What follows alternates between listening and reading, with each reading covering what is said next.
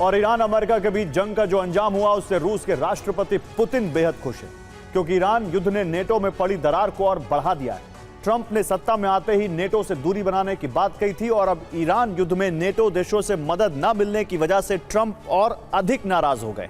Iran युद्ध में cease fire के ऐलान के बाद अमेरिकी राष्ट्रपति डोनाल्ड ट्रंप ने बुधवार को नेटो के सेक्रेटरी जनरल मार्क रूटे के साथ मीटिंग की है। इस मीटिंग में ट्रंप ने ईरान युद्ध के दौरान नेटो मिलिट्री गठबंधन से सहयोग न मिलने को लेकर अपनी नाराजगी जताई। डोनाल्ड ट्रंप ने इसके बाद सोशल मीडिया पोस्ट में कहा कि जब हमें जरूरत थी तो नेटो हमारे साथ नहीं था, उनको भी ग्रीनलैंड को याद रखना चाहिए। हम फिर से ग्रीनलैंड कब्जे का मुद्दा उठा सकते हैं।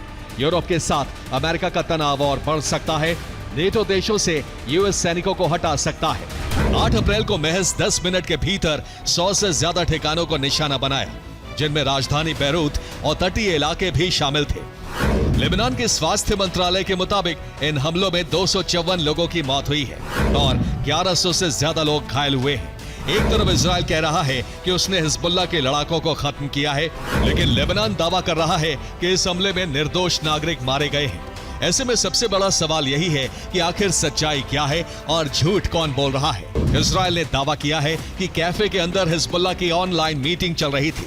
हिज्ब के सीनियर कमांडर जूम मीटिंग कर रहे थे और इसे डिजिटल गतिविधि के आधार पर लोकेशन की पहचान की गई। इजराइल ने इस पूरे ऑपरेशन को ऑपरेशन इटर्नल डार्कनेस नाम दिया।